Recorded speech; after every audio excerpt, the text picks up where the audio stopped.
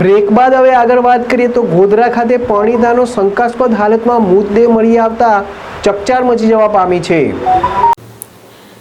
ગોધરા શહેરના શાંતિ પ્રકાશ સોસાયટીમાંથી 2 દિવસ અગાઉ પરણિતાનો અગમ્ય કારણોસર મૃત્યુ પામેલી હાલતમાં મૃતદેહ મળી આવ્યો હતો, જે બાદ પરણિતાના પિયર પક્ષ દ્વારા હત્યા કરી હોવાનો આક્ષેપ કરવામાં આવ્યો હતો। ગોધરા શહેરના શાંતિ પ્રકાશ સોસાયટીમાંથી 2 દિવસ અગાઉ પરણિતાનો અગમ્ય કારણોસર મૃત્યુ પામેલી હાલતમાં મૃતદેહ મળી આવ્યો હતો, જે બાદ પરણિતાના પિયર પક્ષ દ્વારા હત્યા કરી હોવાનો આક્ષેપ કરવામાં આવ્યો હતો।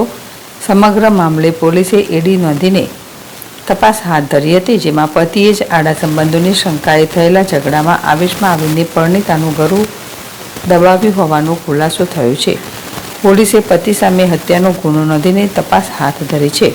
ગોધરા શહેરના દાહોદ રોડ પર આવેલી શાંતિ પ્રકાશ સોસાયટીમાં રહેતા વિદ્યાબેન સુનિલભાઈ ચંદવાણી નામની પરણિતાનો શંકાસ્પદ હાલતમાં મૃતદેહ મળતા શહેરમાં ચકચાર મચી ગઈ છે। સ્થળ પર પહોંચેલી પોલીસે તાત્કાલિક કાર્યવાહી શરૂ કરી હતી અને મૃતદેહને પીએમ માટે ગોધરા સિવિલ હોસ્પિટલ ખાતે મોકલવામાં આવ્યો હતો। ગોધરા સિવિલ હોસ્પિટલમાં કરવામાં આવેલા પોસ્ટમોર્ટમ રિપોર્ટમાં સામે આવ્યું છે કે વિદ્યાબેનનું ગળું દબાવીને હત્યા કરવામાં આવી છે।